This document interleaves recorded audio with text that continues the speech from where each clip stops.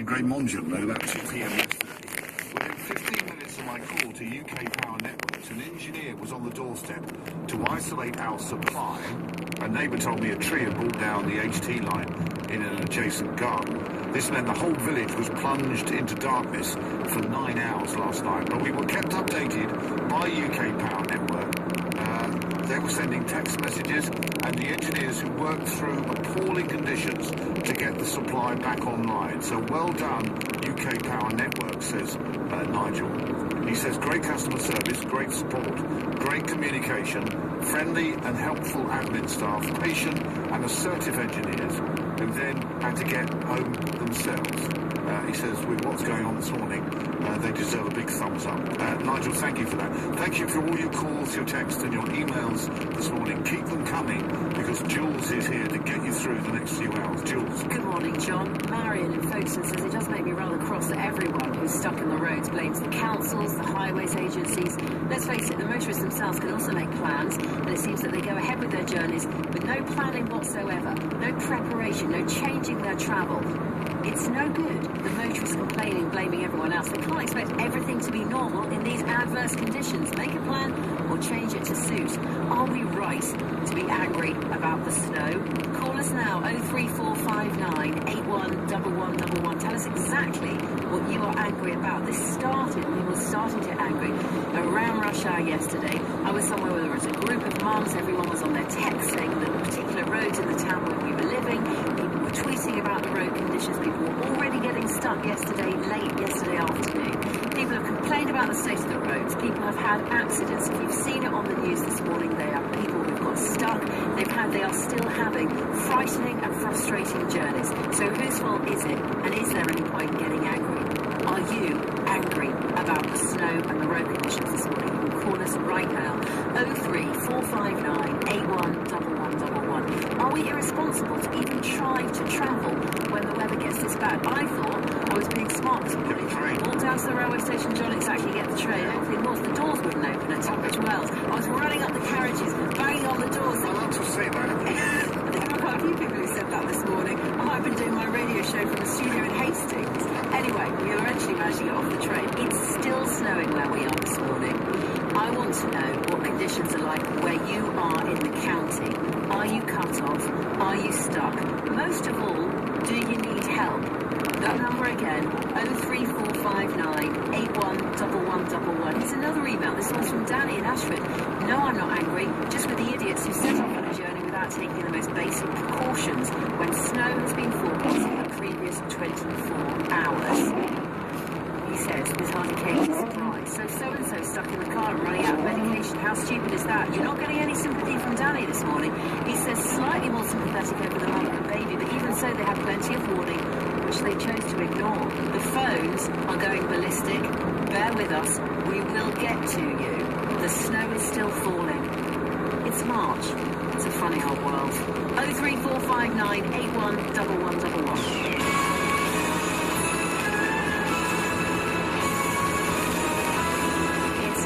I'm Rosemary Crick. Good morning. Kent County Council and the Highways Agency insist they've been gritting main roads overnight after over 100 motorists were stranded. Bucks Fizz singer Cheryl Baker's still stuck after leaving Kent at 7 p.m. to rescue their children after a minor accident in Brighton. Once we got off the M25 onto the M23, that was it. We were stuck.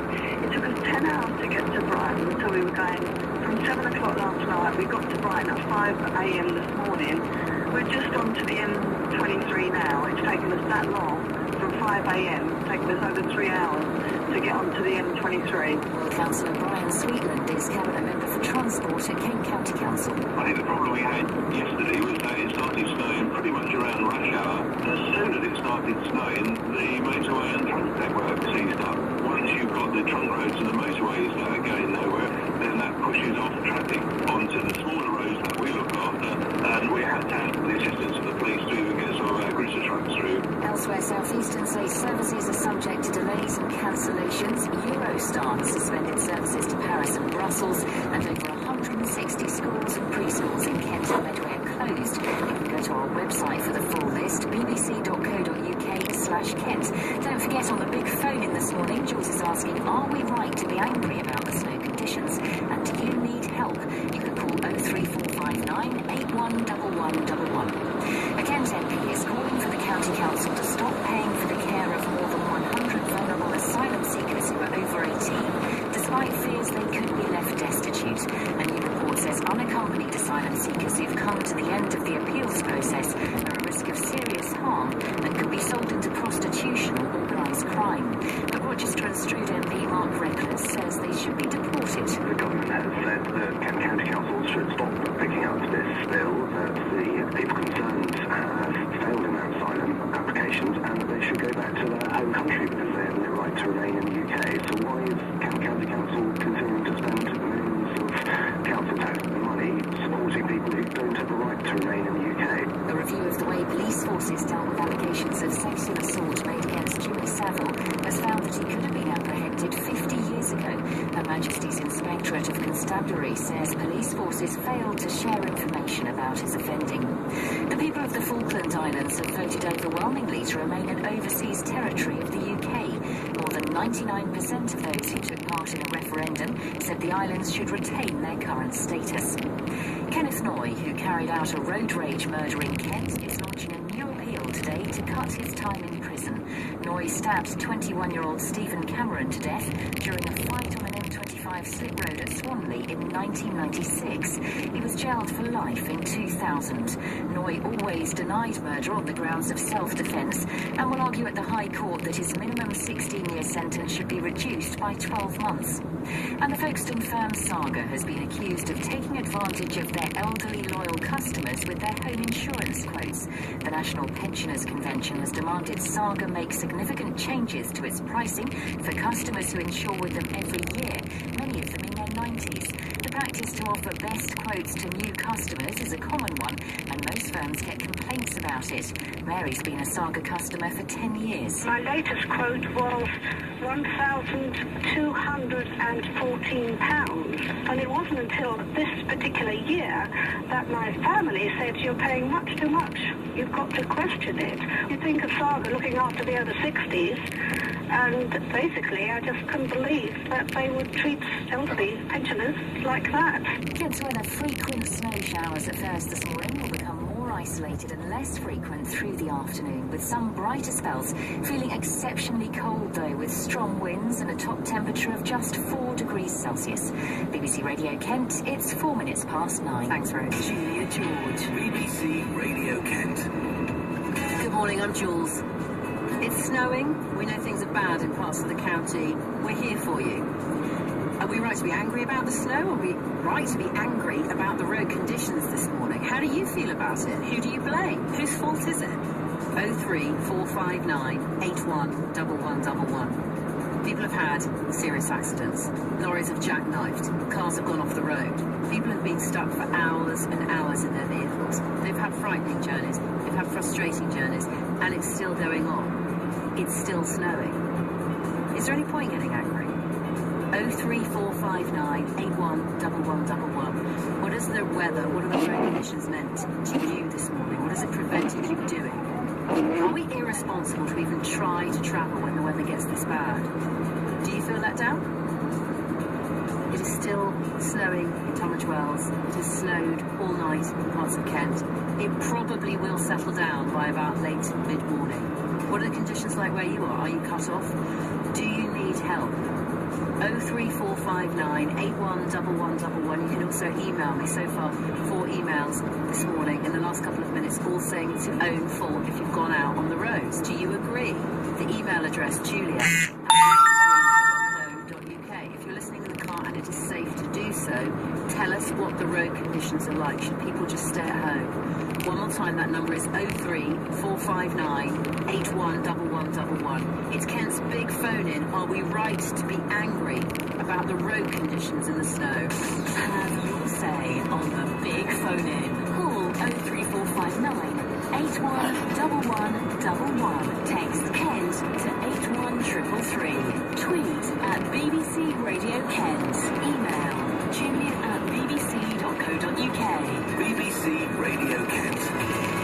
We'll go live to the phones in just a second to talk to Mark, who's stuck on the M20 and been there for 3 hours. First, though, let's get a sense of what's been happening in Kent this morning. You've been actually describing the situation? This is a very, very bleak situation is actually drastic, and as much we are literally cut off. There's at least 100 odd cars that are stuck around the corner down the bottom, up Spitfire Way. It's jammed solid. I did see one quick guy from 5 o'clock who's got out when I walked the M20. I'm not happy the way these things treated. They knew this was coming. We were affected the worst coming from France on the south coast. He left school at 3:45 yesterday afternoon. Got onto the school bus, and around about 8:30 last night, he had to leave the school bus at 7:08 and then walk home. So he walked through the door at 10:15 last night, a 7-hour journey home. There was not one visitor all day yesterday in my stream. The slow and the block vehicles, the police told them to move over at 2 o'clock this morning, and that's where they've stayed ever since. She suffers with panic attacks, so she hasn't got anything to eat or drink in the car. Nor tablets either, so I just hope she's not there much longer. You know, do they know it's coming? Why isn't it kept open? And it seems to be not just there, but the road that goes to Folkestone is blocked, the Folkestone to Canterbury is blocked. It's just the same every time, isn't it? We had a call from Kyla and Natalie, our children, last night. They were stuck in snow in Brighton, and then while we were talking to them, a car drove into them. They weren't panicking, they weren't injured, but obviously the car was. So Steve and I jumped in our 4x4, thinking, great, you know, we've got a car that can deal with these conditions. But of course, other cars couldn't. And so once we came off the M25 onto the M23, that was it, we were stuck. It took us 10 hours to get to Brighton. So we were going from 7 o'clock last night, we got to Brighton at 5 a.m. this morning. And then it's taken, we're just onto the M23 now, it's taken us that long, from 5 a.m, it's taken us over 3 hours to get onto the M23. I was listening to Cheryl Baker just ending that selection of callers we've already heard from on BBC Radio Kent this morning. I'd like to hear from you. Our phone number is 03459 811111. What are the conditions like where you are? Have you seen the gritters out? Who do you blame for the state of the roads? Have you got yourself into a pickle? If you need help, 03459 811111. We'll be able to find out if there's anyone nearby who can do anything for you. Let's start with Mark. He's been waiting patiently. No, he hasn't been waiting patiently. He got fed up. Janice is in Eastbourne. We'll go back to Mark in a moment. Janice, good morning. How are things with you this morning? I'm still fine. I'm beginning to wonder if I'll ever feel warm again. Yeah.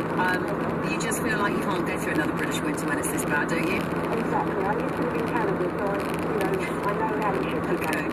What happened to you last night? I left Eastbridge at 5 o'clock. It took me 5 hours to get to Seal, which is about 12 miles, and just this side of Seal, my clutch burnt out, just because there was absolutely no grip on the A25 at all. I phoned the AA, couldn't get through, phoned my mother, she phoned the AA.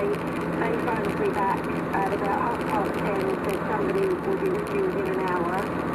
At about 1:15, I actually flagged down an AA man who was on his way home, bless him, and he stopped and towed me home. What time did you get there? I got home at 2:30 this morning. So just how long is that journey altogether? 9.5 hours. To do how many miles? 22 miles. What does it normally take you to do that journey? 50 minutes. Okay, how did you feel? Pretty annoyed, upset, but watching the news this morning, I actually think I was one of the lucky ones. I got home. Yeah, but there have been a lot of people either not in their own beds or just in their cars all night in all sorts of conditions. Okay, we've had a lot of emails this morning, Janice, saying, you know what, you knew what it was going to be like, you should take precautions, you shouldn't travel in these conditions. What do you say to those people? Well, when I went to work yesterday morning, the weather report was actually saying that the snow would be bad late at night. And I went from my office, just drove up to the main road at about 3:30 yesterday, and the road was absolutely clear. So I left at 5 o'clock, and it was totally and utter chaos. Within that hour and a half, I think the snow had got a lot heavier because the roads weren't gritted. They just became completely impassable. Are you angry? Not really, no. Were you angry at 2:30 yesterday morning? Yeah, I was a little bit peeved. More at the AA for not getting back to me, not getting in touch with me. I was on my own, Petrol Road where there were no lights at all. I couldn't get in my car because where it had stopped, it was about 3 foot away from the curb. And I was scared it was going to the ditch. So, and I couldn't even believe it. 2 cars actually stopped and offered me this tone. But I didn't want to leave the car because it was hazardous. So I actually spent a couple of hours pushing people up the hill. Just to keep warm. I'm glad you're safe now, Janice. Thank you so much for your call. So you take care of yourself today. Thank you. Janice in East Morning. Julie joins us now. Julie, you sat in the snow last night. Where were you? I was travelling from Bluebell Hill to Ashford, and I sat in a little bit of it, but more to the point that I got tracked between 2 lorries who decided that they wanted to try and intimidate me going down the motorway. What do you mean? What happened? I was in the slow lane. I was doing about 40 to 50 miles an hour, taking it nice and easy on the way to work. And one lorry came up the side of me and one came up the back of me, and they were flashing me to try and make me move over to the emergency lane to get out of their way because they wanted to go at their 57 miles an hour. How are you still stuck now, Julie? No, I actually made it into work. I've done a whole night's work, and I'm now on my way home from work. I left there at 8 o'clock this morning, and I'm still sitting trying to get onto the Bluebell Hill junction. What are your prospects of making it home in the next hour or so? Pretty slim by the looks of it. You must be exhausted as well. I'm absolutely knackered, yeah, and I'm ready for my bed, and I think that last cup of tea was a bad idea. Oh, okay. No toilet facilities. No. Yeah, that's not good either. Are you angry? I'm pretty annoyed at people pushing in the queue, and, you know, we've all waited our turn, and there's people just coming up, and there's lorries flying past, and doing stupid manoeuvres. It's the lorries that annoy me more than anything, because they're the dangerous ones. Did you have to get home, or could you have stayed at work, been put up in a hotel to do your next shift, or was it essential for you to get home?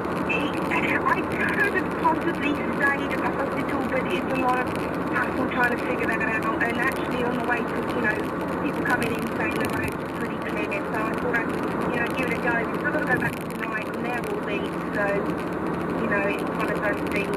That's what, you know, those is the radio officers do, really. Yeah, well, that's why we love you. Thank you, and take care, and I hope you get home soon, Julie. Thank you very much. All right, my love, that's Julie sat in the snow at Bluebell Hill on the way back from a night shift, having had